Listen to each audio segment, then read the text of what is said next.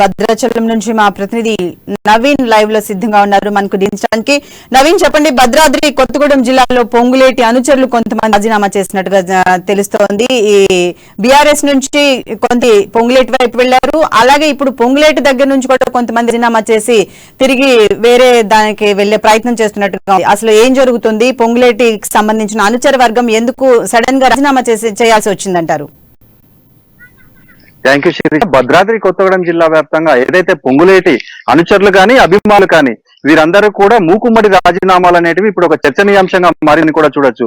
ముఖ్యంగా మనం చూసుకుంటే ఇటు ఉన్న భద్రాద్రి జిల్లా ఉన్నటువంటి 5 నియోజకవర్గాలు, ఇటు కొత్తగూడెం కానీ, ఇల్లందు, అశ్వరావుపేట, పినపాక, ఈ మన భద్రాచలం, ఈ 5 నియోజకవర్గాలలో కూడా పొంగులేటికి ఆ అనుచర వర్గం అనేది భారీగానే ఉన్నట్లుగా కూడా చూసుకోవచ్చు.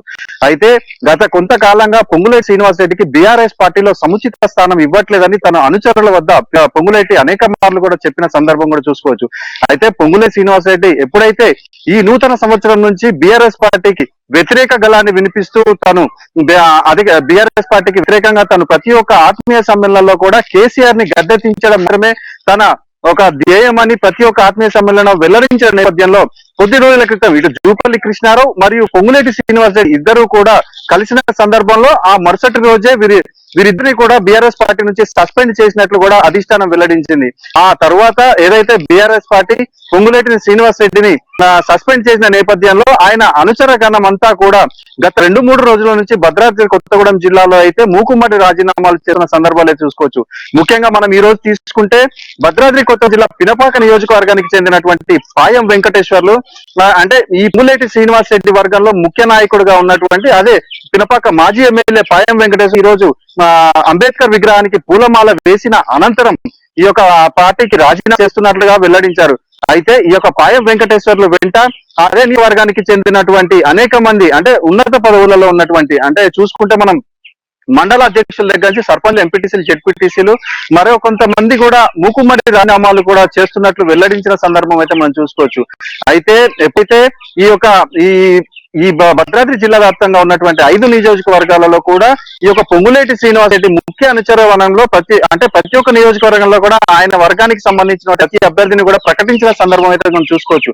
కొత్తగూడెం నుంచి తీసుకుంటే ఇటు పొంగులేటి శ్రీనివాస్ రెడ్డి పోటీ చేయని పక్షంలో ఆయన ముఖ్య అనుచరుడు అయినటువంటి ఊకంటి గోపాలరావుని ఆయన అభ్యర్థి ఇక్కడ నిలబెట్టే ప్రయత్నం అయితే చేసేటట్టుగా ఉంది. అదే విధంగా మనం ఇప్పుడు అశ్వరావుపేట తీసుకుంటే ఆదినారాయణ, ఇల్లందులో తీసుకుంటే ఇప్పుడు జెడ్పీ చైర్మన్ గా ఉన్నటువంటి కోరం కనకయ్య ఆయన అభ్యర్థి ఉన్నారు.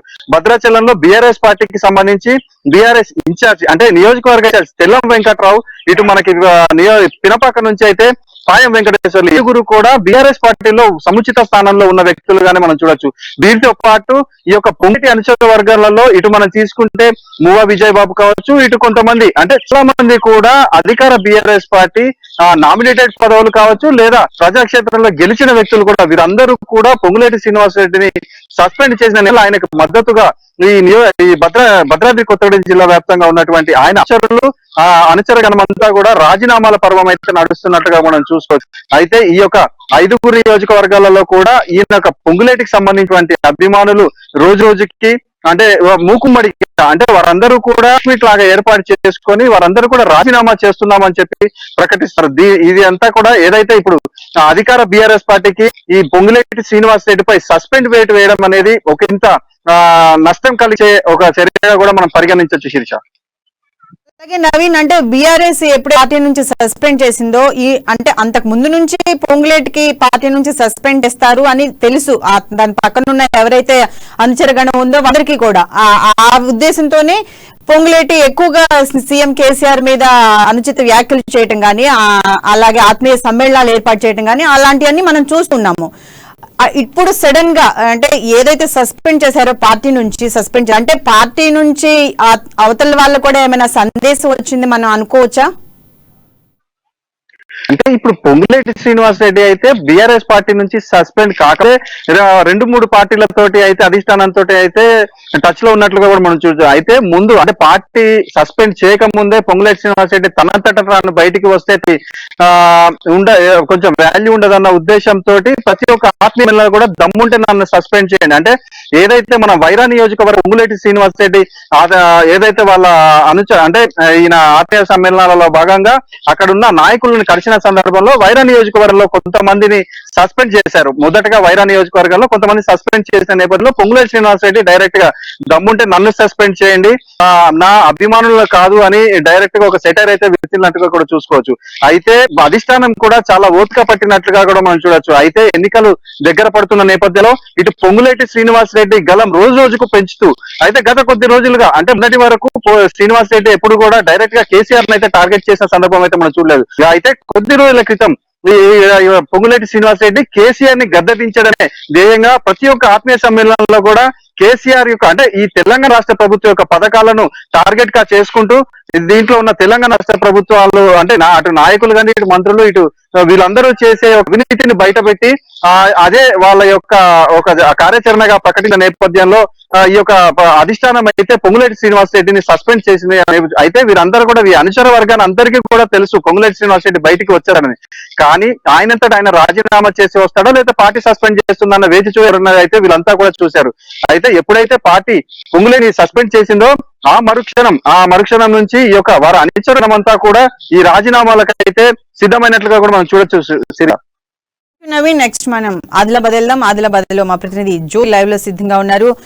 జోషి, ఏదైతే రాజ్యాంగ నిర్మాత బాబాసాహెబ్ అంబేద్కర్ విగ్రహ ఆవిష్కరణను కూడా బీఆర్ఎస్ పార్టీ తమే ఏదో చేస్తున్నట్టుగా, అలాగే జోగురామన్ అయితే పూర్తిగా ఆ నియోజకవర్గంలో వాళ్లే దాన్ని ఆక్యుపై చేస్తున్నట్టుగా ఉంది, ఆ ప్రచారం ఎక్కువగా చేసుకుంటున్నట్టుగా కూడా కనిపిస్తూ ఉండండి. అంటే ఇది కేవలం బీఆర్ఎస్ పార్టీకి సంబంధించినదే ఈ సంబరం అన్నట్టుగా కూడా అక్కడ ప్రచారం జరుగుతూ ఉన్నట్టుంది. అక్కడ పరిస్థితి ఎలా ఉంది?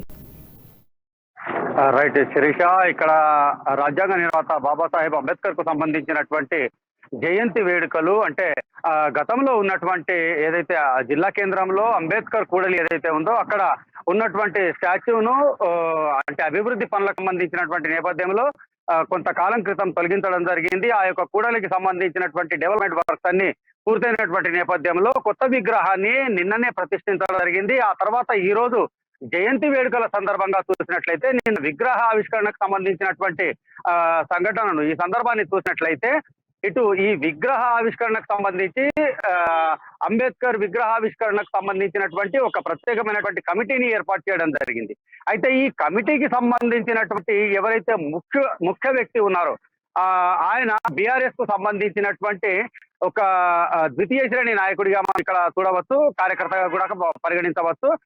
అయితే ఆయనకు సంబంధించినటువంటి ఆధ్వర్యంలో జరిగినటువంటి ఈ యొక్క అంబేద్కర్ విగ్రహావిష్కరణ కావచ్చు, జయంతి వేడుకలకు సంబంధించినటువంటి ప్రచారం కావచ్చు, పట్టణ వ్యాప్తంగా కూడా ఏవైతే ఫ్లెక్సీలు ఏర్పాటు చేయడం జరిగిందో ఈ యొక్క ఫ్లెక్సీలలో ఎక్కడ చూసినప్పటికీ కూడా ఇటు జోగురామన్న ఎమ్మెల్యే స్థాయిలో జోగురామన్న, ఆయనకు సంబంధించినటువంటి కుమారుడు ఆదిలాబాద్ కు సంబంధించినటువంటి మున్సిపల్ చైర్మన్ పీఠం పైన ఉన్నటువంటి ప్రేమేందర్ల ఫోటోలు ఉన్నాయి. సరే, ఈ విషయాన్ని మనం సాంకేతికంగా వీళ్ళిద్దరు కూడా రాజ్యాంగబద్ధమైనటువంటి పదవుల్లో ఉన్నటువంటి వ్యక్తులుగా పరిగణించేటటువంటి పరిస్థితి అయితే ఉంది. అయితే ఈ బీఆర్ఎస్ కు సంబంధించినటువంటి నాయకులు కాకుండా ఇతరత్ర పార్టీలకు సంబంధించినటువంటి నాయకుల ఫ్లెక్సీలు కూడా ఈ యొక్క అంబేద్కర్ కు సంబంధించినటువంటి జయంతి విగ్రహావిష్కరణకు సంబంధించినటువంటి కమిటీ తరఫున ఏర్పాటు చేయకపోవడం అనేటటువంటిది ప్రస్తుతం ఇక్కడ చర్చనీయాంశంగా మారినటువంటి విషయం. మరోవైపు చూసుకున్నట్లయితే తండ్రి జోగురామన్న ఎమ్మెల్యే పదవిలో కొనసాగుతున్నటువంటి ఒక వ్యక్తిగా, అలాగే ఆయన తనయుడు జోగు ప్రేమేందర్ మున్సిపల్ చైర్మన్ గా ఉన్నటువంటి వ్యక్తిగా ఇక్కడ అంటే వాళ్ళకు సంబంధించినటువంటి తరఫు నుండి సమాధానంగా మనం భావించినప్పటికీ కూడా జోగురామన్నకు సంబంధించిన ఇంకొక చిన్న కుమారుడు ఎవరైతే ఉన్నారో జోగు ప్రేమేందర్, జోగు మహేందర్, ఈయన ప్రస్తుతం ఇటు బీఆర్ఎస్ పార్టీ పరంగా ఏదైనా పదవులు ఉంటే ఉండేట్లు కావచ్చు, కానీ ప్రజాస్వామ్యయుతంగా ఆయన ఎటువంటి పదవి లేనటువంటి వ్యక్తి. అటువంటి వ్యక్తికి సంబంధించినటువంటి ఫోటోలను కూడా ఇటు జోగు రామన్న, ఆయన పెద్ద కొడుకు జోగు ప్రేమేందర్, ఆయన చిన్న కుమారుడు జోగు మహేందర్, వీళ్ళ ముగ్గురికి సంబంధించినటువంటి ఫోటోలను ఆ ఫ్లెక్సీల్లో ప్రత్యేకంగా వేయటము అనేటటువంటిది ఇక్కడ స్థానికంగా చర్చనీయాంశంగా మారినటువంటి విషయం. అంటే ఈ యొక్క సంఘటననే కాకుండా బీఆర్ఎస్ కు సంబంధించిన ప్రతి సందర్భంలోనూ, అలాగే మంత్రుల పర్యటనకు సంబంధించి ఇటు టీఆర్ఎస్ గా ఉన్నటువంటి ప్రస్తుత బీఆర్ఎస్ పార్టీకి సంబంధించినటువంటి ఫ్లెక్సీల్లో కూడా జోగురామన్నకు సంబంధించినటువంటి చిన్న కుమారుడు జోగు మహేందర్ ఫోటోలను వేస్తుండటము అనేటటువంటిది ఇక్కడ అంటే పలు సందర్భాల్లో ఇక్కడ చర్చనీయంగా మారినటువంటి నేపథ్యం. అంటే వాస్తవంగా అందరి వాడుగా ఉన్నటువంటి ఒక ప్రపంచంలోనే అందరికంటే అత్యధికమైనటువంటి విద్యా డిగ్రీ ఉన్నటువంటి ఒక ఉన్నత విద్యావంతుడిగా, అలాగే ప్రపంచ మేధావిగా, భారత రాజ్య నిర్మాతగా, దేశం యావత్తు గర్వపడేటటువంటి రీతిలో, గౌరవించేటటువంటి రీతిలో ఉన్నటువంటి బాబాసాహెబ్ అంబేద్కర్ కు సంబంధించిన ఈ యొక్క జయంతి వేడుకల సందర్భంగా చేసినటువంటి ప్రచారంలో పూర్తిగా జోగురామన్నకు సంబంధించినటువంటి కుటుంబానికి సంబంధించినటువంటి ఫోటోలు వేయటము అనేటటువంటిది ఇటు అంబేద్కర్ ను అందరి వాడిగా కొందరి వాడిగా చిత్రీకరించేటటువంటి ప్రయత్నం, లేకపోతే ఈ వేడుక ఏదైనా జోగు కుటుంబానికి సంబంధించినటువంటి ఫ్యామిలీ ప్యాక్ అనేటటువంటి చర్చనైతే స్థానికంగా జరుగుతున్నటువంటి పరిస్థితి. అయితే దీనికి సంబంధించి చూసినట్లయితే ఇటు పూర్తిగా మిగతా పార్టీలన్నీ కూడా, ప్రజాస్వామ్యంలో ఉన్నటువంటి మిగతా పార్టీలన్నీ కూడా సగౌరవంగా అంబేద్కర్ విగ్రహం వద్దకు రావడము, ఘన నివాళులు అర్పించడము, గౌరవ నివాళులు అర్పించి వెళ్ళడం జరిగింది. కానీ ఇక్కడ ఈ అంబేద్కర్ కు సంబంధించినటువంటి ఏదైతే ఉత్సవ కమిటీ ఉందో వాళ్ళ ద్వారా ఏర్పాటు చేసినటువంటి ప్రచారంలో పూర్తిగా బీఆర్ఎస్ ఆధిపత్యం కనిపించడము అనేటటువంటిది పూర్తిగా మిగతా పార్టీలన్నీ కూడా, అంటే బహిరంగంగా దీనిపై వ్యాఖ్యలు చేయనప్పటికీ కూడా ఆయా పార్టీలకు సంబంధించినటువంటి వ్యక్తులు కూడా దీనిపైన ప్రస్తుతం తీవ్రమైనటువంటి చర్చ జరుగుతున్నటువంటి నేపథ్యం. ఏమో రాష్ట్ర మున్సిపల్ శాఖ మంత్రిగా ఉన్నటువంటి కేటీఆర్ ఎక్కడ కూడా పర్యావరణాన్ని దృష్టిలో పెట్టుకొని ఫ్లెక్సీల ఏర్పాటుని నిషేధించినటువంటి పరిస్థితి. ఎక్కడైనా ఫ్లెక్సీలు ఏర్పాటు చేస్తే కనుక వాళ్ళకు సంబంధించి ఎవరైతే ఆ ప్రచారంలో ఫ్లెక్స్ సంబంధించినటువంటి వ్యక్తులు ఉంటారో వాళ్ళపైన ఇది వరకు అంటే జరిమానాలు ఇచ్చినటువంటి సంఘటనలు ఎన్నో కోకోళ్ళ రాష్ట్రంలో చోటు చేసుకున్నటువంటి నేపథ్యం.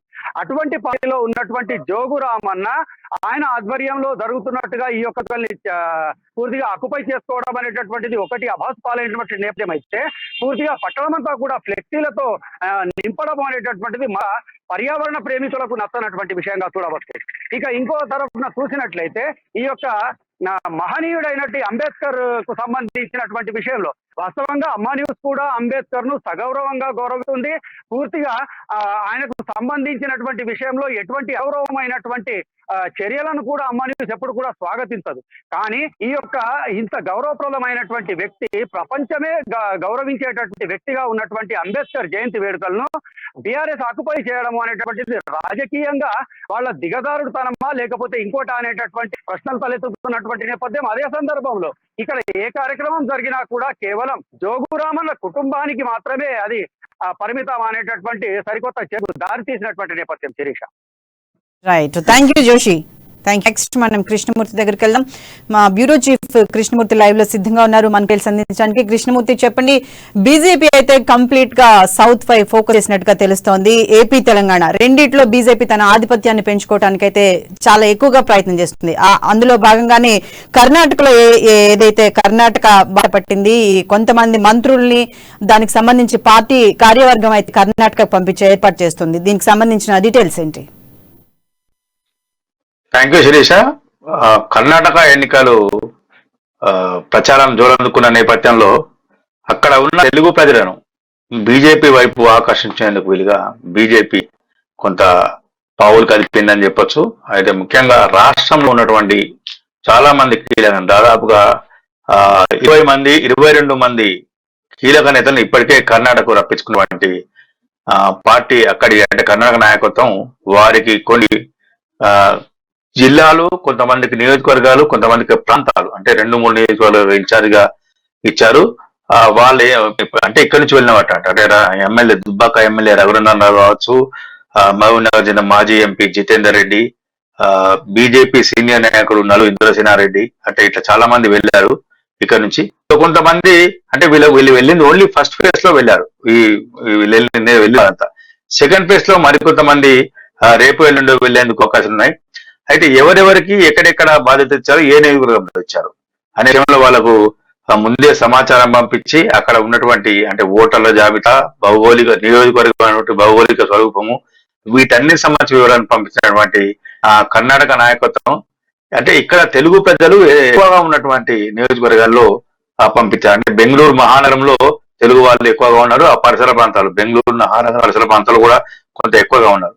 అంటే ఈ వీటితో పాటు మన రాష్ట్ర సరిహద్దుల్లోని తెలంగాణ, ఆంధ్రప్రదేశ్ సరిహద్దుల్లోని కొన్ని నియోజకవర్గాల్లో ప్రజలు ఎక్కువగా ఉన్నారు. అట్లా అక్కడక్కడ ఉన్నటువంటి వాళ్ళకు తెలుగు ప్రజలు ఎక్కువ ఉన్నట్లు అక్కడే వాళ్ళకు బస ఏర్పాటు చేయించి అక్కడే వాళ్ళకు వసతి సౌకర్యం కల్పించినటువంటి కర్ణాటక బీజేపీ అందుకు సంబంధించి ఏర్పాటు చేసింది. వీరంతా కూడా నిన్న వెళ్ళారు. ఈ రోజు వాళ్ళ దీంట్లో నిమగ్నం అయిపోయారు, కార్యక్రమం నిమగ్నం అయిపోయారు. వీళ్ళకి సంబంధించి అంటే కొంతమంది అంటే అక్కడ ప్రచారానికి వెళ్ళేటప్పుడు తనతో పాటు ఉండడానికి తనతో పాటు కొంతమంది నాయకులను కూడా ఇంకొంతమంది నాయకులను కూడా వాళ్ళు ఇక్కడ నుంచి పిలిపిస్తున్నటువంటి ఉంది. ఒకరిద్దరు ఈ రోజు వెళ్ళారు. ఇంకా కొంతమంది అంటే రోజువారీ దఫల వారిగా ఎవరికి వారిగా ఏర్పాటు చేసుకొని వాళ్ళు కర్ణాటక వెళ్తారు. అంటే మొత్తంగా చూస్తుంటే దక్షిణ భారతదేశం పైన బీజేపీ దృష్టి పెట్టిన నేపథ్యంలో అంటే కర్ణాటకలో నిన్నటి వరకు అధికారంలో ఉంది. ఇప్పుడు కొంత కర్ణాటకలో బీజేపీ క్లిష్ట పరిస్థితి ఉంది, కొంత హంగ్ వచ్చే అవకాశం ఉందని అంటే సర్వేలు చెప్తున్నటువంటి దాని ప్రకారం లేదు కాంగ్రెస్ కే మెజార్టీ ఉందని, లేదు బీజేపీ పుంజుకుంటుందని. అంటే ఈ రూపంలో అంటే కొంచెం అంత సులభంగా గెలిచేటట్టు బీజేపీ పరిస్థితి అధికారాన్ని వాళ్ళు కాపాడుకున్నారు. అంటే దీన్ని మళ్ళీ అధికారం కాపాడాలి. దక్షిణ భారతదేశానికి కర్ణాటక కేంద్రంగా చేసుకుని తెలుగు బాగా వేయాలని బీజేపీ ఏదైతే నిర్ణయించుకుందో అంటే ఈ ఎన్నికలు కర్ణాటక ఎన్నికలు గెలిస్తే తెలంగాణలో గెలుస్తాం అనే ధీమాతో ఉన్నటువంటి బీపీ అధిష్టానం ఇందుకు సంబంధించిన ఏర్పాట్లు చేసిన తెలుస్తోంది. ఇక్కడ అంటే బీజేపీ నాయకులు ఇక్కడికి వేసుకొని అక్కడ ప్రచారంకు తమకు సహకరించడానికి కోరినట్టు తెలుస్తోంది. అంటే మొత్తంగా చూస్తుంటే త్వరలోనే కర్ణాటక ఎన్నికలకు మన రాష్ట్రం నుంచి దాదాపుగా 200 మంది బీజేపీ కార్యకర్తలు వెళ్లేందుకు అవకాశం ఉంది. నాయకులు కార్యకర్తలు ఇప్పటికే ఒక 30-40 మంది కార్యకర్తలు వెళ్ళారు. కొంతమంది ఇంకా అక్కడ తిష్ట వేశారు. ఏదైతే కిరణ్ కుమార్ రెడ్డి బీజేపీ పార్టీలో చేరటం కొంతవరకు అయితే బలాన్ని ఇస్తున్నట్టు ఉంది. తన ప్రతివ్యూహాలతోటి మొత్తానికి ఏపీలో బీజేపీని కష్టమైన వర్గంగా చేసే అవకాశం ఉన్నట్టుగా కనిపిస్తోంది. ఎంత చిన్న ప్రోగ్రాం అయినా సరే కలిసికగా బీజేపీ తరఫున చాలా మంది మంత్రులు ఏపీ నుంచి తెలంగాణ నుంచి కూడా ప్రతి కార్యక్రమాన్ని విజయవంతం చేయడానికే తమ వంతు కృషి చేస్తున్నట్టుగా ఉంది. కిరణ్ కుమార్ రెడ్డి బీజేపీలో జాయిన్ అవ్వడం అనేది పార్టీకి సక్సెస్ వచ్చే అవకాశంలో ఎంతవరకు దీన్ని చూడొచ్చు అంటారు మనం? అంటే ఇప్పటికిప్పుడు కిరణ్ కుమార్ జనం కొంచెం బీజేపీకి ప్లస్, ఏపీ ఆంధ్రప్రదేశ్ బీజేపీ కొంచెం ప్లస్. అయితే ఇప్పటికిప్పుడు దాని గురించి బేరీజ్ వేయడం కొంచెం కిరణ్ కుమార్ చేయడం నిన్న మనకు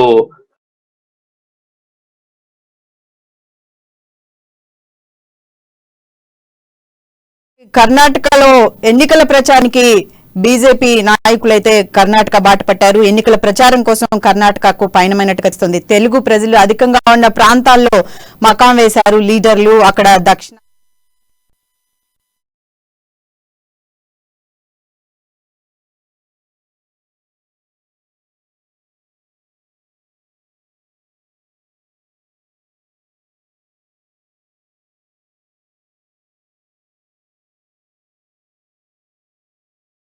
కృష్ణమూర్తి చెప్పండి. సంబంధించిన విషయంలో బీజేపీ అంటే కిరణ్ కుమార్ రెడ్డి వ్యూహం అక్కడ కూడా కర్ణాటకలో కొంచెం బలం ఉంది. వాస్తవానికి కిరణ్ కుమార్ రెడ్డికి బెంగళూరే కేంద్ర స్థానంగా ఆయన కొంత పట్టును, బెంగళూరు నగరంతో పాటు పరిసర ప్రాంతాల్లో కొంత పట్టును ఆయన, దాంట్లో ఎటువంటి లేదు. దీన్ని కూడా ఉపయోగించుకోవాలి. అంటే మన తెలంగాణ బీజేపీ నాయకులే కాకుండా ఏపీ బీజేపీ నాయకులు కూడా కర్ణాటకకు వెళ్తున్నారు. అక్కడి నుంచి కూడా కొంతమంది వెళ్తున్నారు. అంటే మొత్తంగా చూస్తే తెలంగాణలో బాగా అంటే కర్ణాటకలో గెలవడం తప్పనిసరి అన్న ఉద్దేశంతో ఉన్నటువంటి నాయకత్వం తెలంగాణ నాయకత్వం. అంటే ఇంకొకటి అంటే వీళ్ళకు కూడా పంపించిన నాయకులు అక్కడ ఎన్నికల మేనేజ్మెంట్ ఎలా చేశారు, ప్రచారంలో ఏ విధంగా పాల్గొన్నారు, ఏ వ్యూహాలతోటి బీజేపీ గెలుపు అనేది ఉన్నది. అది ఇక్కడ నాయకులు కూడా కొంత అవగాహన రావాలంటే 3 నెలల్లో ఎన్నికలు వచ్చే అవకాశం ఉన్న నేపథ్యంలో తెలంగాణలో వాళ్ళకు కూడా కొంత ట్రైనింగ్ ఎలా ఉంటుంది అక్కడ. అంటే ఉభయ కుశలోపరి, ఇటు కర్ణాటక ఉపయోగపడుతుంది, ఇటు తెలంగాణకు కలిసి వస్తుంది అన్న ఉద్దేశంతో బీజేపీ వీళ్ళని పిలిపించుకొని ఈ ప్రచారానికి పాల్గొనమని ప్రచారంలో పాల్గొనమని చెప్పినట్టుగా మనకు ఉన్నటువంటి సమాచారం. మరో విషయం ఏంటంటే ఇంకా కొంతమంది బీజేపీ నాయకులు వెళ్ళి అక్కడ ఉండి వాళ్ళు అంటే పిలవకున్నా సరే కొంతమంది ఎన్నికల్లో ఏ విధంగా బీజేపీ ముందుకెళ్తుందా, ఏ ప్రచారాంశాలు కలిసి వస్తున్నాయి, ప్లస్ ఏంటి మైనస్ ఏంటి, ఏ రకంగా ప్రచారం చేస్తే ప్లస్ అవుతుంది, ఏ రకంగా మైనస్ గా ఉండవద్దు అంటే అనే విషయంలో తెలుసుకునేందుకు అంటే కొంత వాళ్ళు బేరీజ్ వేస్తున్నారు, గెలుపు మీద బేరీజ్ వేసుకునేందుకు ప్రచారంలో ఏ రకమైనటువంటి వ్యూహాలను అనుసరించాలి, ఏ రకమైన ప్రచారం ముందుకు వెళ్ళాలి, ప్రజలు ఏ రకమైనటువంటి విషయాల్లో ఆకర్షించవచ్చు అనే విషయంలో కూడా కొంతమంది అంటే వాళ్ళకు ఆహ్వానం లేకున్నప్పటికీ పార్టీ పిలువనప్పటికీ మరికొంతమంది వెళ్ళి అక్కడ కూడా పార్టీ ప్రచారం చేసి పార్టీ గెలుపు కోసం కృషి చేయడం. నెక్స్ట్ మనం హరీష్ దగ్గరికి వెళ్దాం. హరీష్ మా హైదరాబాద్ ప్రతినిధి. హరీష్ చెప్పండి, ఇవాళ మంచిర్యాలలో కాంగ్రెస్ జై భారత్ సత్యాగ్రహ సభను అయితే ఏర్పాటు చేసింది. ఏదైతే రాహుల్ గాంధీని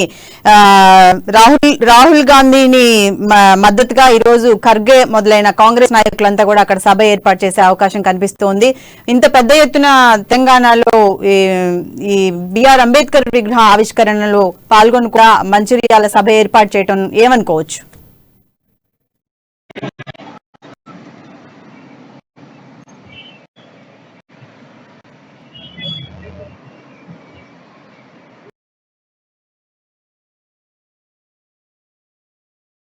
హరీష్, ఇవాళ మంచిర్యాలలో కాంగ్రెస్ జై భారత్ సత్యాగ్రహ సభకు ముఖ్య అతిథిగా హాజరు కానున్నారు మల్లికార్జున్ ఖర్గే.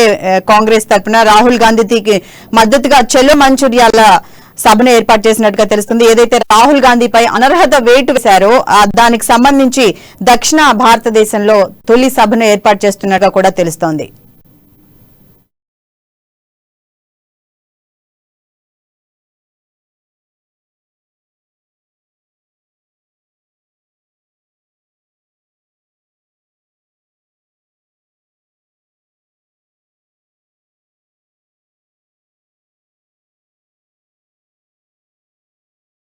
టెక్నికల్ ప్రాబ్లమ్ గా ఉన్నట్టుంది హరీష్ ది. మళ్ళీ మనం మాట్లాడదాం. ఇప్పుడు నెక్స్ట్ మనం ప్రదీప్ దగ్గరికి వెళ్దాం, మహబూబ్ నగర్. ప్రదీప్ చెప్పండి, నాగర్ కర్నూలు జిల్లాలో పెరిగిపోతున్న సైబర్ మోసాలు, బ్యాంక్ అకౌంట్ల నుంచి ఒకళ్ళ డబ్బులు ఒకళ్ళకి ట్రాన్స్ఫర్ అవుతున్న సంఘటనలు మనం చూస్తూ ఉన్నాం. ఏదైతే రైతులకు సంబంధించి, ముఖ్యంగా రైతులు ఎవరైనా సెక్యూరిటీ కోసం పక్కన వేలు ముద్రలు పెట్టినప్పుడు, అంటే ఏదైతే ధాన్యం కొనుగోలుకు సంబంధించి వేలు ముద్రలు తీసుకున్నా, దానికి సంబంధించి ఏమైనా భూమి శిస్తు కాగితాలు ఇచ్చినా గానీ వాళ్ళ అకౌంట్లలోకి 3,000 నుంచి 50,000 వరకు కూడా ఈ సైబర్ నేరస్తులు వాళ్ళ ఖాతాల్లోకి జమ చేసుకుంటున్న సంఘటనలు అయితే మనం చూస్తున్నాము. దీనికి సంబంధించి బ్యాంక్ అధికారులు ఏమంటున్నారు? అసలు ఈ సైబర్ మోసాలు ఎప్పటి వరకు కట్టడయ్యే అవకాశం ఉంది? ప్రతిసారి టెక్నికల్ ప్రాబ్లమ్స్ వల్ల ఇట్లా జరుగుతూ ఉన్నాయని చెప్తూనే ఉన్నారు. నష్టపోయిన వాళ్ళు ఎంతమంది ఉన్నారు? Thank you Shirisha. అయితే ఉమ్మడి పాలమూరు జిల్లా వ్యాప్తంగా ఈ సైబర్ నేరాలు ఆన్లైన్ మోసం ద్వారా కాకుండా బ్యాంక్ అకౌంట్లను కూడా హ్యాక్ చేసి డబ్బులు కాజేస్తున్న సైబర్ నేరగాళ్ల చిట్టా జిల్లాలో కర్నూలు జిల్లాలో పెరిగిపోతున్న సైబర్ మోసాలు, బ్యాంక్ అకౌంట్ ను హ్యాకింగ్ చేస్తున్న హ్యాకర్లు జిల్లాలో హాట్ టాపిక్ గా మారిన సైబర్ మోసాల వల్ల ఈ ఏడాది జనవరి నుంచి పలువురి అకౌంట్లలోకి వరుసగా నగదు అయితే మాయమైపోయింది. పోలీసులకు ఫిర్యాదు చేసిన 10 మంది బాధితులు అయితే ఉన్నారు. సబ్ రిజిస్టర్ కార్యాలయంలో దుండగులు కూడా ఆగడాలు ఎక్కువగా ఉన్నట్టుగా తెలుస్తుంది. అంటే భూమి కొనుగోలు అమ్మకాల ప్రక్రియలో ఇటువంటి అయితే ఎక్కువగా ఉన్నాయి. సాక్షులుగా సంతకం చేసిన వారి వేలు ముద్రలు వారి అకౌంట్లలో జమ చేసుకొని దాని దగ్గర నుంచి డబ్బులు మాయం చేస్తున్నట్టుగా తెలుస్తోంది. మొత్తానికి నాగర్ కర్నూలు జిల్లాలోనైతే సైబర్ మోసాలు ఎక్కువగా జరుగుతున్నట్టుగా మనకు తెలుస్తోంది. ఇప్పుడు బ్యాంక్ అధికారులు సైబర్ మోసాలకైతే ఒక మంచి టెక్నికల్ ఇష్యూ ఉంది అనే చెప్తారు. ఎంతసేపటికి మనం ఇంకా పదే వాళ్ళ దగ్గరికి వెళ్ళి మా నగదు మాయమైపోయిందండి అని చెప్పేసి దాదాపుగా 10 మంది వరకు కూడా మనం అప్పుడప్పుడు వెళ్ళి చెప్తూనే ఉంటాం. వస్తాయి అంటారు కానీ అవి ఎప్పుడు వస్తాయి అనేది అయితే ఎప్పటికీ అర్థం కాదు. ఈ సైబర్ మోసాలు ఇంతకింతకు పెరుగుతూనే ఉన్నాయి. దాదాపుగా ఎన్నో సంవత్సరాల నుంచి, అంటే ఈ సైబర్ అకౌంట్ల నుంచి అయితే చాలా మంది డబ్బులు ఒక 3-4 సంవత్సరాల నుంచి అయితే మాయమవుతున్న సంఘటనలు అయితే మనం ఎక్కువగా చూస్తూ ఉన్నాం. ఇప్పుడు రైతుల ఖాతాల్లో నుంచి కూడా ఈ సైబర్ హ్యాకర్లు రైతులను కూడా మోసం చేసి వాళ్ళ అకౌంట్లలో నుంచి కూడా డబ్బులు మాయం చేస్తున్నారు. 10 మంది రైతులైతే వెళ్ళి ఆదిలాబాద్ బ్యాంక్ సంబంధించిన అధికారులకు అయితే ఫిర్యాదు చేయడం జరిగింది. అలాగే ఎవరి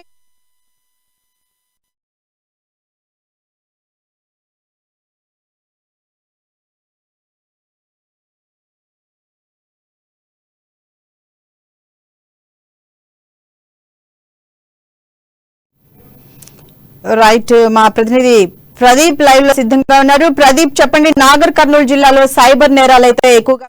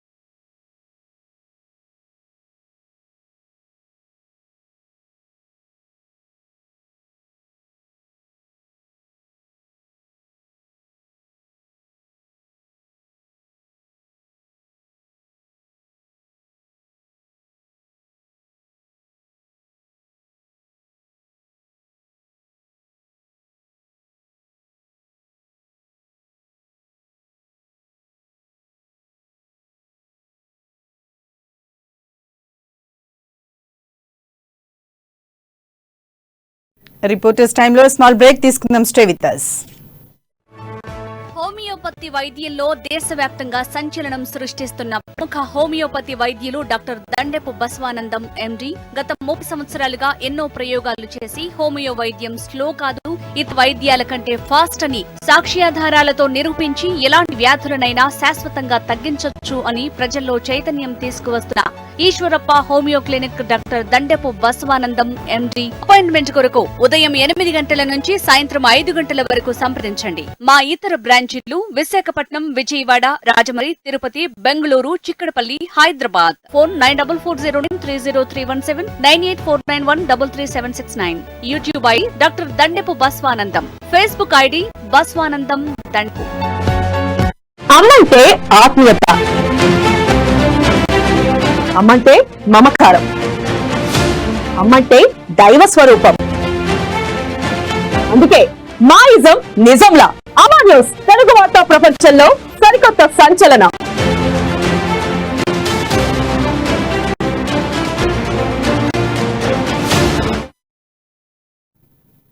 right, back to reporters time. ముందు కరీంనగర్ వెళ్దాం. ఇప్పుడు కరీంనగర్ లో మా ప్రతినిధి శ్రీకాంత్ లైవ్ లో సింగా ఉన్నారు డీటెయిల్స్ అందించడానికి. శ్రీకాంత్, చెప్పండి, కరీంనగర్ జిల్లాలో రైతుల ఆత్మహత్యలు అయితే కనిపిస్తూ ఉన్నాయి. భూ సమస్యలు, ధరణి సమస్యల వలన విసిరి వేసారి ఒక రైతు ఆత్మహత్య చేసుకున్న సంఘటన అయితే మనం చూస్తూ ఉన్నాం. దానికి సంబంధించిన డీటెయిల్స్ ఏంటి? Thank you Sirisha. తెలంగాణ ప్రభుత్వం ప్రతిష్టాత్మకంగా చేపట్టిన ఏదైతే ధరణి పోర్టల్ అనేది రైతుల పాలిట శాపంగా మారిందని చెప్పుకోవచ్చు. ఈ కరీంనగర్ జిల్లాలోని ఏదైతే కాజీపూర్ గ్రామంకి చెందిన ఒక రైతు తన పొలము ధరణి పోర్టల్లో చూపెట్టట్లేదు అని అంటూ ఎంఆర్ఓ ఆఫీస్ తిరిగి విసిగి వేసారి చివరకు అంటే ఎన్నిసార్లు అధికారులకు మొరపెట్టుకున్నా కూడా ఎలాంటి ఫలితం లేకపోవడంతో ఈ రోజు ఏదైతే ఎంఆర్ఓ ఆఫీస్ దగ్గరికి వచ్చి పురుగుల మందు తీసుకొని బలవన్ మర్మానికి పాల్పడడం జరిగింది. అయితే ధరణి పోర్టల్ ఈ రోజు కొత్తగా ఇలాంటి ఇదే కార్యక్రమం అయితే లేదు. ఈ గతంలో ఇలాంటి సంఘటనలు చాలా చోటు చేసుకున్నప్పటికీ కూడా అధికారులు మాత్రం ఎలాంటి చలనం రావట్లేదు. ఏదైతే కరీంనగర్ కి సంబంధించిన ఎంఆర్ఓ ఆఫీసు సిబ్బంది నిర్లక్ష్యంగా వ్యవహరించడము, మేమేం చేయలేమంటూ కూడా అది లేదు అని చెప్పేసి నిర్లక్ష్య సమాధానం చెప్పడంతో ఆ రైతు విసిగి వేసారిన రైతు మనం విజువల్స్ చూడొచ్చు. ఆ కుటుంబ రోదన అరణ్య రోదనగా మిగిలిపోయింది. అయితే వెంటనే అక్కడ ఆ మండలానికి సంబంధించిన బీజేపీ కార్యకర్తలు ఎవరైతే ఉన్నారో ఆ కుటుంబానికి భరోసా ఇచ్చే విధంగా అక్కడికి వెళ్ళి వారి కుటుంబాన్ని పరామర్శించి ఏదైతే చనిపోయిన బలవన్మానానికి పాల్పడ్డ ఆ రైతుకి సంబంధించి ఎక్స్గ్రేషియా ప్రకటించాలని, కుటుంబంలో ఒకరికి ఉద్యోగం ఇవ్వాలని చెప్పేసి మొదటి నుంచి కూడా ధరణి పోర్టల్ అనేది తప్పుల తడకగా ఉంది. ఇది సంపన్న వర్గాలకి ఒక చేయూతనిచ్చే దిశగా ఉంది. కానీ ఏదైతే బలహీన వర్గాలకు చెందిన రైతులు ఎవరైతే నిరుపేదలైతే ఎవరు ఉంటారో వారి పాలిట మనం శాపంగా మారిందని చెప్పుకోవచ్చు శిరీష్. విఆర్ఓ వ్యవస్థ ఉంది, ఆ తర్వాత ఎంఆర్ఓ వ్యవస్థ ఉంటుంది. ఊర్లో గ్రామస్తులు, ప్రెసిడెంట్ వాళ్ళందరూ ఉంటారు. అంటే పొలము ధరణిలో కనిపించలేదు అని ఎంఆర్ఓ ఏమన్నా గట్టిగా మాట్లాడడం జరిగిందా? అంటే కొంచెం ధరణి పోర్టల్లో ఏదైతే ప్రాబ్లమ్స్ ఉన్నాయో నెమ్మదిగా అవి ఫ్రీ అయ్యే ఛాన్సెస్ కూడా ఉన్నాయి. అంటే అసలు పొలమే లేదని ఎంఆర్ఓ చెప్పడం వల్ల ఈ సంఘటన జరిగిందని మనం అనుకోవచ్చు అంటారా? తప్పకుండా శిరీష. అయితే ఇటీవల కాలంలో ధరణి పోర్టల్లో చాలా సాంకేతిక సమస్యలతో చాలా మందికి చాలా రకాలుగా ఇబ్బందులు పడుతున్నారు. ఇది ఎట్లా అంటే చాలా మంది రైతులు కూడా ఎంఆర్ఓ ఆఫీసుల చుట్టూ తిరిగి విసిగి వేసారిన పరిస్థితులు అయితే నెలకొంటున్నాయి. ఎన్నిసార్లు వెళ్ళినా కూడా అక్కడ ఉన్న అధికారులు మాత్రం ఆ రైతులకి భరోసా ఇచ్చే దిశగా అవుతుంది అనే దిశగా మాత్రం ఎక్కడా కూడా చెప్పిన దాఖలాలు అయితే కనబడట్లేదు. అది అంతే సంగతులు అన్నట్టు కూడా నిర్లక్ష్యంగా వ్యవహరిస్తున్నట్టు మనకు అందుతున్న సమాచారం. అయితే ధరణి పోర్టల్ అనేది అంటే రైతులకు మేలు చేసే దిశగా ప్రవేశపెట్టామని చెప్పుకునే తెలంగాణ ప్రభుత్వం మాత్రం ఇది ఒక రకంగా అంటే ఏదైతే రైతుల పంట శాపంగా కూడా మారిందని చెప్పుకోవచ్చు శిరీష. కుటుంబానికి ఆ రైతు ఎంతో విలువిస్తాడు భూమికి సంబంధించి. ఆ భూమి కనిపించట్లేదు అని చెప్పేసి రైతు ఆత్మహత్య చేసుకోవడం విషాదకరమైన సంఘటన. అంటే ఎంఆర్ఓ వ్యవస్థ కానీ అంటే లంచాల కోసం లేదా దానికి సంబంధించిన ఆ భూమి ఇంకా వేరే వాళ్ళదా, దేనికి సంబంధించి ఆ తగాదల్లో డబ్బులు ఎక్కువగా అడిగే ఛాన్సెస్ కూడా ఉండి రైతు ఆత్మహత్యలు అయితే జరుగుతూ ఉన్నాయి. అంటే ఈ కుటుంబ సభ్యులకు సంబంధించి ఏం జరిగిందని మనం ఏమన్నా తెలుసుకునే అవకాశం ఉందంటారా? తప్పకుండా. అయితే ఇటీవల ధరణి పోర్టల్ ప్రవేశపెట్టడంతో బడా బాబుల కడు ఈ ఎక్కడైతే ఈ నిరుపేదలు ఉంటారో వాళ్ళ భూముల పైన పట్టుగా మనం భావించవచ్చు.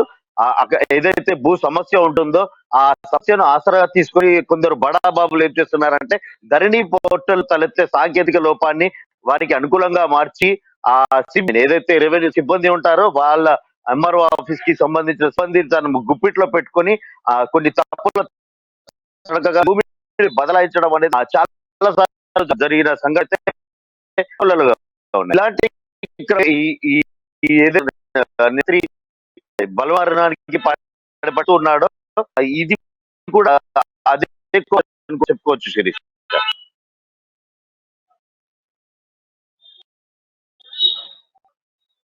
ఉన్నారు. Right, thank you. నెక్స్ట్ మనం మహబూబ్ నగర్ వెళ్దాం. మహబూబ్ లో మా ప్రతినిధి ప్రదీప్ లైవ్ లో సిద్ధంగా ఉన్నారు డీటెయిల్స్ అందించడానికి. ప్రదీప్, చెప్పండి. నాగర్ కర్నూలులో సైబర్ నేరాలు అయితే ఎక్కువగా జరుగుతున్నట్టుగా తెలుస్తోంది. 10 మంది వరకు వెళ్లి బ్యాంక్ అధికారికి ఫిర్యాదు చేయడం కూడా జరిగింది. దాదాపుగా 3,000 నుంచి 50,000 వరకు పైకము వేరే వాళ్ళ అకౌంట్లలోకి వెళ్తున్న సంఘటనలు కూడా మనం చూస్తున్నాం. హ్యాకర్లు ఇంత పెద్ద ఎత్తున సైబర్ నేరాలకి పాల్పడుతూ ఉంటే చిన్న బడుగు బలహీనమైన వాళ్ళు డబ్బులు అలా ఎలా వెళ్ళిపోతున్నాయో కూడా తెలియనంతగా వాళ్ళ పరిస్థితి అయితే మనకి అగమ్య గోచరంగానే కనిపిస్తూ ఉంటుంది. ఇవే కాకుండా భూమికి సంబంధించిన ఇష్యూస్ కూడా, భూమికి సంబంధించి అమ్మకాలు కొనుగోళ్లలో ఎవరైతే ఉన్నారో సంతకాలు పెట్టిన వాళ్ళ సాక్షి సంతకాల్లో కూడా ఆ భూమి విక్రయించిన సంఘటన కూడా మనం ఈ రోజు వెలుగులోకి చూసినట్టుగా తెలుస్తుంది. దానికి సంబంధించిన డీటెయిల్స్ ఏంటి? Thank you Shirisha. ఉమ్మడి పాలమూరు జిల్లా వ్యాప్తంగా ఈ సైబర్ మోసాలు అధికంగా అయినాయని చెప్పొచ్చు. అయితే ముఖ్యంగా గత 10 రోజుల క్రితం నాగర్ కర్నూలు జిల్లా ఈ సైబర్ మోసగాళ్లు బ్యాంక్ అకౌంట్ల నుంచి కూడా డబ్బు కాజేసిన సంఘటనలు మనకు కోకొల్లలుగా వెలుగులోకి వచ్చాయి. అయితే ఈ నేపథ్యంలోనే సైబర్ మోసగాళ్లు బ్యాంక్ అకౌంట్ నుంచి నేరుగా 3,000 నుంచి 50,000 కాజేసినట్లు మనకు తెలుస్తా ఉంది. దీనిపై ఎవరైతే బాధితులు ఉన్నారో వారు 10 మంది దాకా నాగర్కర్నూలు పోలీస్ స్టేషన్ లో ఫిర్యాదు చేసినట్లు కూడా మనకు తెలుస్తా ఉంది. అయితే ఈ నేపథ్యంలోనే ఎక్కువ మటుకు ఈ భూమికి సంబంధించిన రిజిస్ట్రేషన్ల ద్వారా సాక్షులు సంతకాలు పెట్టి వేలిముద్రలు వేస్తారు. అకౌంట్ లో నుంచే ఈ డబ్బు మాయమైనట్లు మనకు ప్రాథమికంగా తెలుస్తా ఉంది. అయితే ఈ నేపథ్యంలోనే పోలీసులు ఏదైతే ఎంక్వైరీ నేపథ్యంలో వీరి అంటే అకౌంట్ల డీటెయిల్స్ తీసుకొని అకౌంట్లో అవి తీసుకొని వాటి ద్వారా కేసు నమోదు చేసినట్టు మనకు తెలిసింది. అయితే ఈ నేపథ్యంలోనే గతంలో కూడా ఈ సైబర్ నేరగాళ్లు ఆన్లైన్ మోసాల ద్వారా తర్వాత కొంతమంది ఫోటోలను మార్ఫింగ్ చేసి వాళ్ళని బ్లాక్మెయిల్ చేసి దోచున్నదే కాకుండా ఈ విధంగా కూడా బ్యాంకు అకౌంట్లను కూడా ఫ్రీజ్ చేయడం ద్వారా వేలిముద్రలు సేకరించి ఆ వేలిముద్రల ద్వారా టెక్నాలజీ ఉపయోగించి ఈ డబ్బులు కాజేస్తున్నటువంటి సంఘటనలు వెలుగులోకి వస్తున్నాయి. అయితే ఈ హ్యాకర్లది ఉమ్మడి జిల్లా వ్యాప్తంగా ఈ హ్యాకర్ల ఏదైతే ప్రభావం ఉందో అది ఎక్కువ మటుకు ఉందని చెప్పవచ్చు. అయితే ఈ నేపథ్యంలో గత నెల 2 నెలల క్రితం దాదాపు 5 లక్షల వరకు బాధితుడు పోగొట్టుకున్నటువంటి సంఘటన. దీనిపై కూడా కోకొల్లలు ఫిర్యాదుల వెల్లువ అయితే పోలీస్ స్టేషన్ల చుట్టూ తిరుగుతా ఉన్నాయి. అయినా ఈ హ్యాకర్లు ఒకటి టెక్నాలజీ మనం హర్షించవచ్చు. అయితే ఈ హ్యాకర్లు డబ్బు కాజేసిన వారి నుంచి ఒక 10 మంది లేక 20 మంది అకౌంట్లకు ఆ డబ్బును చేయడం వల్ల కరెక్ట్ అయిన సమాచారం పోలీసులు కనుక్కోలేకపోతున్నారు. అయితే దీని వల్ల కూడా హ్యాకర్లకు ఎవరైతే సైబర్ మోసగాళ్ళు వాళ్ళకు అనువుగా మార్చుకొని ఇంకా డబ్బు దోచేసే సంఘటనలు అయితే రాను ఇంకా ఎక్కువ అవుతున్నాయని చెప్పొచ్చు Shirisha. Right, thank you. Thank you Pradeep. Next మనం మెదక్ వెళ్దాం. మెదక్లో మా ప్రతినిధి సునీల్ లైవ్ లో సిద్ధంగా ఉన్నారు డీటెయిల్స్ అందించడానికి. సునీల్ చెప్పండి, మెదక్ జిల్లా తుఫ్రాన్ మండలం మల్కాపూర్ లో రైతులైతే ఇబ్బందులు పడుతున్నట్టుగా ఉంది. ఏదైతే కాళేశ్వరం నీళ్లు ఉన్నాయో దానికి సంబంధించి బ్లాస్టింగులు చేయడం వల్ల పక్కనే ఉన్న బోరు బావులకి ఇబ్బంది అయ్యి ఆ బోరు బావులను పాడైపోయినట్టుగా తెలుస్తుంది. దాదాపు 20 మంది రైతులు లబోదిబోమంటున్న సంఘటన అయితే మనం ఈరోజు చూస్తూ ఉన్నాం. దానికి సంబంధించి డీటెయిల్స్ చెప్పండి. మెదక్ జిల్లా తూప్రాన్ మండలం మల్కాపూర్ గ్రామంలో ఆదర్శ గ్రామంగా కూడా మల్కాపూర్ ఉన్నటువంటి పరిస్థితి. అయితే నేపథ్యంలో కాళేశ్వరం పనుల నేపథ్యంలో నిజామాబాద్ కు నీటిని తరలించేందుకు భూగర్భం ద్వారా అండర్ గ్రౌండ్ కెనాల్ కానీ అండర్ గ్రౌండ్ పైప్ లైన్ ఏర్పాటు పనులు జరుగుతున్నాయి. ఈ నేపథ్యంలో బ్లాస్టింగ్ చేస్తా ఉన్నారు. అయితే భూగర్భంలో బ్లాస్టింగ్ కోసం అని చెప్పి వినియోగించేటువంటి పెద్ద పెద్ద పరికరాలు కానివ్వండి, లేదా బ్లాస్టింగ్ ఉపయోగించే టెక్నాలజీకి సంబంధించి జరుగుతున్నటువంటి నేపథ్యంలో ఆ చుట్టుపక్కల పంట పొలాలకు సంబంధించి పూర్తి స్థాయిలో ఏదైతే మనం వ్యవసాయం వినియోగించే బోర్ మోటార్లలో నీటి శాతం పూర్తిగా పడిపోతున్నటువంటి పరిస్థితి ఉంది. ఈ నేపథ్యంలో రైతులకు అపార నష్టం వాటిల్లిందని పంటలు పూర్తి స్థాయిలో ఎండిపోయాయి. వేసవి నేపథ్యంలో బోర్లు పనిచేయకపోవడంతో పెట్టుబడి పెట్టి శ్రమ వినియోగించి పెట్టినటువంటి పంటలు పూర్తి స్థాయిలో ఎండిపోతుండడంతో రైతులు ఒక్కసారిగా తోచని పరిస్థితిలో ఉన్నటువంటి పరిస్థితులు మనం చూస్తున్నాం. అయితే కాళేశ్వరం ప్రాజెక్టుతో నీళ్లు రావడం దేవుడెరు కానీ ప్రస్తుతం ఉన్నటువంటి పంట పొలాలు పూర్తి స్థాయిలో ఎండిపోతున్నాయి. బోర్లు పూర్తిగా ధ్వంసం అయిపోతున్నాయి. బోర్ల ద్వారా నీరు రాని పరిస్థితి ఏర్పడుతుందని చెప్పి రైతులు ఆవేదన వ్యక్తం చేస్తున్నారు. మరోవైపు ఇంత జరుగుతున్నటువంటి అధికారులు పట్టించుకోవడం లేదని చెప్పి రైతులు ఆరోపిస్తా ఉన్నారు. తమకు పంట నష్ట పరిహారం చెల్లించాలని చెప్పి రైతులు ఆవేదన వ్యక్తం చేస్తున్నారు. మరోవైపు అమానుస్తో మాట్లాడినటువంటి రైతులు ఎప్పుడు కూడా తమ బోర్లలో నీరు ఎండిపోలేదని, 6 కాలాల పాటు నీరు ఎప్పుడు ఉండేదని చెప్పి సమృద్ధిగా మేము పంటలు పండించుకునేప్పటికీ ఈ కాళేశ్వరం బ్లాస్టింగ్ల ద్వారా బోర్లలో నీరు ఎండిపోయి పూర్తిగా పంటలు ఎండిపోతున్న పరిస్థితి ఉందని చెప్పి కూడా ఆవేదన వ్యక్తం చేస్తా ఉన్నారు. శిరీష. రైట్ సునీల్, మనకి విజువల్స్ లో కూడా కనిపిస్తున్నాయి పంటలన్నీ ఎండిపోతున్నాయి. అయితే ఇరిగేషన్ డిపార్ట్మెంట్ వాళ్ళు ఎటువంటి సమాచారం ఇవ్వకుండా రైతులకు ముందు కనీసం పంటలు వేయకండి, మేము బ్లాస్టింగ్స్ చేస్తున్నాము, ఈ పని అయిన తర్వాత మీరు నెక్స్ట్ సీజన్ పంటలు వేసుకోండి అని ఒక ఇన్ఫర్మేషన్ ఇవ్వడం కూడా ఏం చేయలేదా? లేదు, అధికారులు ఎలాంటి ముందస్తు సమాచారం లేదు. ప్రస్తుత పరిస్థితుల్లో కూడా రైతులకు ఎవరు కూడా భరోసా ఇచ్చే ప్రయత్నం చేయడం లేదు. మరోవైపు రైతులకు పంటకు సంబంధించిన నష్టపరిహారం చెల్లిస్తామని చెప్పి కూడా అధికారులు ముందుకు రాని పరిస్థితి ఉంది. అదేవిధంగా రాష్ట్ర ప్రభుత్వానికి కానీ వ్యవసాయ శాఖ అధికారులు నివేదికను కూడా రూపొందించి అందించలేని పరిస్థితి ప్రస్తుతానికైతే అక్కడ కనిపిస్తా ఉంది. రైతులు కూడా ఇదే విషయాన్ని చెప్తా ఉన్నారు. మొత్తానికైతే కాళేశ్వరం పేరుతో ఏర్పాటు చేస్తున్నటువంటి ప్రాజెక్టు ఇక రైతులకు మాత్రం అపార నష్టం మిగిలించిందని చెప్పవచ్చు. Shirisha. Thank you Sunil. Next మనం ఖమ్మం వెళ్దాం. ఖమ్మంలో మా ప్రతినిధి గోవింద్ లైవ్ లో డీటెయిల్స్ అందించడానికి సిద్ధంగా ఉన్నారు.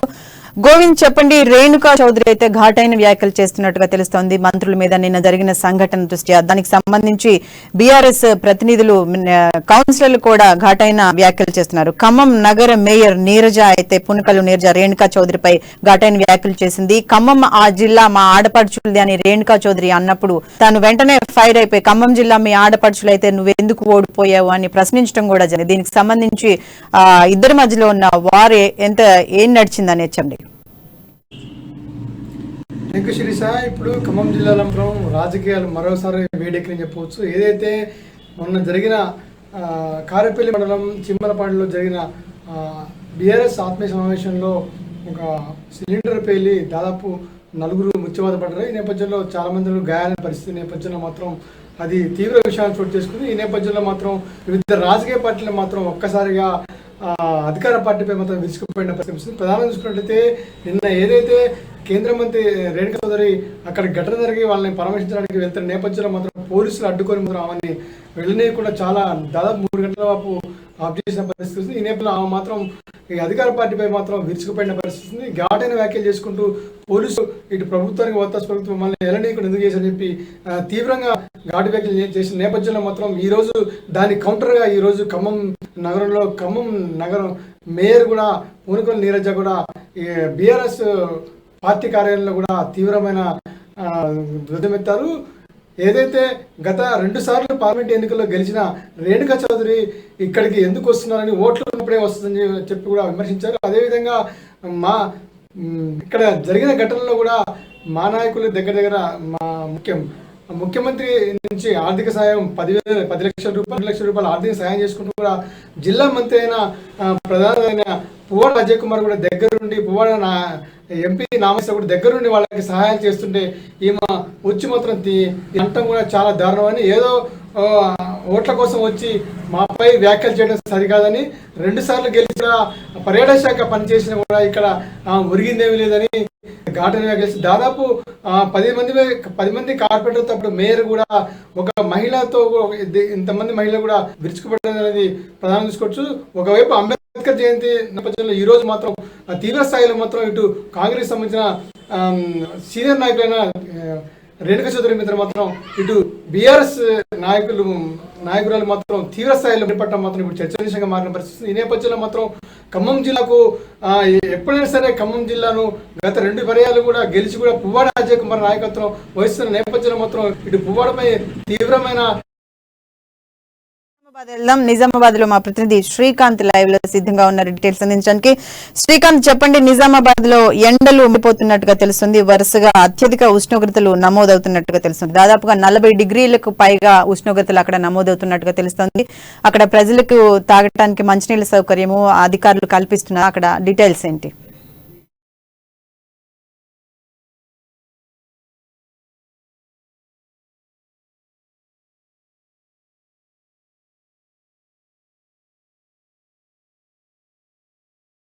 Technical problem.